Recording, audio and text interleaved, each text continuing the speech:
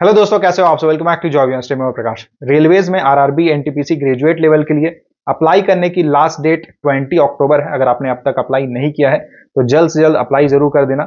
यहाँ सारे graduates apply करने के लिए एलिजिबल है और वैकेंसीज बहुत ज्यादा निकली हुई है, बहुत ही शानदार, बहुत ही अच्छे पोस्ट यहाँ पे निकले हुए हैं, तो अप्लाई जरूर कर देना। देखिए, बहुत सारे कैंडिडेट्स ऐसे भी होते हैं, बहुत सारे स्टूडेंट्स ऐसे भी होते हैं जो जानबूझकर लास्ट टाइम का वेट करते हैं, तो उससे होता है कि एक आइडिया लग जाता है कि इस टाइम तक टोटल जोन वाइज कितने फॉर्म्स फिल किए गए हैं, तो उसे आइडिया लग जाएगा कि कहाँ पे कंपटीशन ज्यादा रहने वाला है, कहाँ पे कंपटीशन थोड़ा रिलेटिवली कम होने वाला है। इस वीडियो में हम बात करने वाले हैं जोन वाइज टोटल कितने फॉर्म्स फिल किए गए हैं। यहाँ पे मैं आपको दिखाऊंगा कि जोन वाइज कितनी वैकेंसी है और साथ ही साथ टोटल कितने फॉर्म्स अभी तक भरे गए हैं। इससे एक आपको आइडिया लग जाएगा कि लेवल ऑफ कंपटीशन कैसा रहने वाला है, किस जोन में कैसा कंपटीशन रहने वाला है। साथ ही साथ मैं आपको बताऊंगा यहाँ पे टॉप 5 डेंजर जोन कौन कौन सी रहने वाली है, टॉप 5 कौन कौन सी सेफ जोन आपके लिए रहने वाली है जहां पे आप अप्लाई कर सकते हो। सेफ जोन में होगा ये कि कंपटीशन वहां रिलेटिवली थोड़ा कम रहेगा, कट ऑफ डेंजर जोन से अगर आप कंपेयर करो तो थोड़ा कम ही कट ऑफ जाएगा, तो आपके सिलेक्शन के चांसेस ज्यादा रहेंगे। अब यहाँ पे एक चीज और है कि अगर आपने ऑलरेडी अप्लाई कर दिया है किसी भी जोन में तो बस आपको यहाँ पे समझना होगा कि हाँ, यहाँ पे कंपटीशन अगर ज्यादा है तो उसके अकॉर्डिंग फिर आपको मेहनत करनी होगी, फिर से फॉर्म फिल करने की, फिर से फॉर्म अप्लाई करने की जरूरत नहीं है। ठीक है, अगर आपने फॉर्म फिल नहीं किया हुआ है तो फिर आप देख लेना कि कौन सा सेफ जोन है एंड सेफ जोन में ही अप्लाई करना, ताकि आपके सिलेक्शन के चांसेस ज्यादा रहेंगे। चलिए वीडियो को शुरू करते हैं। सबसे पहले देख लेते हैं जोन वाइज कितनी वैकेंसी है, कितने फॉर्म्स फिल किए गए हैं। तो यहाँ पे जैसा कि आप देख सकते हो, यहाँ पे मैंने मार्क भी कर दिया है आरआरबी जोन कौन कौन सी है एंड कितनी वैकेंसीज है, कितने फॉर्म्स फिल किए गए हैं। यहाँ पे जो येलो में आप मार्क देख रहे हो वो है न्यूट्रल जोन, जो रेड मार्क आप देख रहे हो वो है डेंजर जोन, और ये जो ग्रीन में आप मार्क देख रहे हो ये है सेफ जोन। डेंजर जोन का मतलब ये हुआ कि वहां पे जितनी वैकेंसी निकली हुई है उसके प्रोपोर्शनेट में जो फॉर्म्स फिल किए गए हैं वो ज्यादा है। और अगर सेफ जोन की बात करें तो सेफ जोन में ऐसा है कि वहां पे जितनी वैकेंसी निकली हुई है उसके प्रोपोर्शनेट में अगर हम देखेंगे तो टोटल फॉर्म्स फिल किए गए हैं वो थोड़े कम है।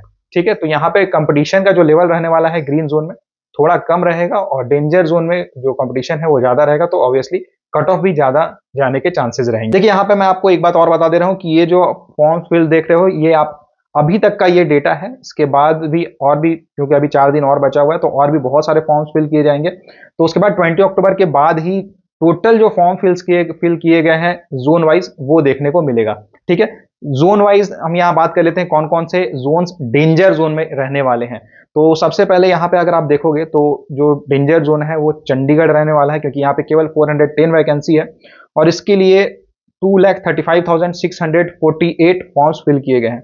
उसके बाद प्रयागराज की बात करें तो यहाँ पे 227 वैकेंसी है केवल और 1,86,484 फॉर्म्स फिल किए गए हैं। भोपाल की अगर बात कर ले, भोपाल भी मैंने डेंजर जोन में मार्क किया हुआ है, वैकेंसी 155 है और यहाँ पे जो फॉर्म्स फिल किए गए हैं वो 1,57,679 है। पटना की अगर बात करें तो केवल 111 वैकेंसी है एंड फॉर्म्स फिल किए गए हैं 2,98,856। यहाँ पे मैं एक बात आपको और बता दूं कि यहाँ पे जो आप danger zone, neutral zone and safe zone देख रहे हो, ये पिछली जो रिक्रूटमेंट हुई थी उसमें जो कट ऑफ था उसे भी कंसिडर करके बनाया गया है, तो आपको एक आइडिया लग जाएगा cut off wise and forms, number of forms के अकॉर्डिंग कौन सी सेफ जोन है, कौन सी डेंजर जोन है। ठीक है, तो ये तो हो गई डेंजर जोन। सेफ जोन की बात कर लेते हैं तो सिकंदराबाद एक सेफ जोन रहेगा। यहाँ पे 478 वैकेंसी है एंड 2,15,467 फॉर्म्स फिल किए गए हैं। उसके बाद गुवाहाटी की बात करें तो गुवाहाटी में 516 वैकेंसी है एंड यहाँ पे 3,18,562 फॉर्म्स फिल किए गए हैं। उसके बाद अहमदाबाद की बात कर लेते हैं तो अहमदाबाद में 516 वैकेंसी है एंड इसके लिए 2,95,587 फॉर्म्स फिल किए गए हैं। नेक्स्ट बिलासपुर है जहां 649 वैकेंसी है एंड बिलासपुर में 3,90,857 फॉर्म्स फिल किए गए हैं। उसके बाद बेंगलोर की बात कर लेते हैं, बेंगलोर में टोटल 496 वैकेंसी है एंड इसके लिए 2,56,562 फॉर्म्स रिसीव हुए हैं। उसके बाद चेन्नई भी आपके लिए एक सेफ जोन रहने वाला है, 436 वैकेंसी है एंड यहाँ पे टोटल 2,95,649 फॉर्म्स फिल किए गए। और ये जो आप देख रहे हो ये येलो में, ये न्यूट्रल जोन है। तो न्यूट्रल जोन में कोलकाता में अगर बात करें, कोलकाता में सबसे ज्यादा वैकेंसी 1,382 एंड उसके अकॉर्डिंग यहाँ पे फॉर्म्स भी सबसे ज्यादा फिल किए गए हैं 4,90,149। उसके बाद बात करें मुंबई की तो 827 वैकेंसी है, 4,86,684 फॉर्म्स फिल किए गए हैं। भुवनेश्वर की बात करें तो 758 वैकेंसी है एंड इसके लिए 4,11,894 फॉर्म्स फिल किए गए हैं। बहुत सारे लोगों की ये भी थिंकिंग होती है कि मुझे अपने जो होम के जो नियरेस्ट जोन है वहीं अप्लाई करना, चाहे वहाँ कट ऑफ ज़्यादा जाए, चाहे वहाँ वैकेंसी कम रहे, फिर भी वो लोग अपने होम के आसपास वाले ही जो जोन है उसमें अप्लाई करते हैं, लेकिन ऐसा करना बिल्कुल गलत हो जाता है। सबसे पहले यहाँ प्रायोरिटी होनी चाहिए कि आपको एक जॉब लेना है, और जॉब के लिए आपको या तो फिर चेन्नई जाना पड़े या गुवाहाटी जाना पड़े, वो इंपॉर्टेंट नहीं है। सबसे इंपॉर्टेंट है कि आपके पास एक जॉब होनी चाहिए।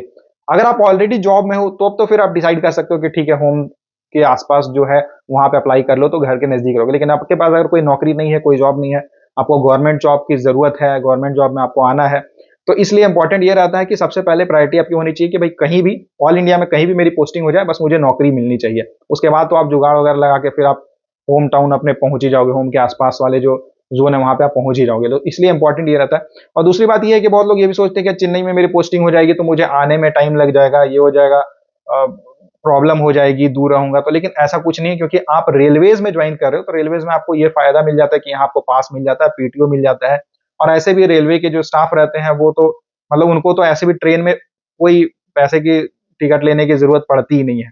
तो इसलिए आपको कभी ये भी नहीं सोचना पड़ेगा कि आपको अगर घर जाना, इमरजेंसी में भी घर जाना है, सारे टिकट्स रहेंगे पूरे, मतलब टिकट अगर नहीं भी अवेलेबल रहेंगे तो भी आप इजिली जा सकते हो, पास पीटीओ अगर आपके पास रहेगा। ठीक है, तो ये सारी जो फैसिलिटीज होती हैं वो रेलवेज में आपको मिल जाती है। तो इसलिए आपको ये सब चीजें कंसिडर बिल्कुल भी नहीं करना है।